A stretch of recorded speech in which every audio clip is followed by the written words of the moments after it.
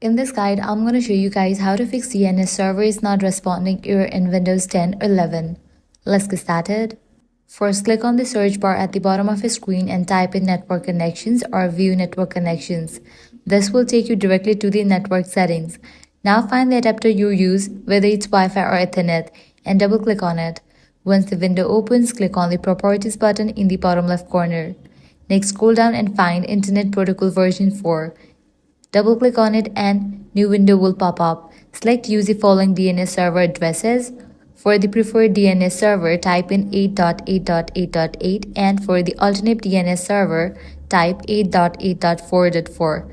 After entering these values, click OK, then click OK again and finally click Close.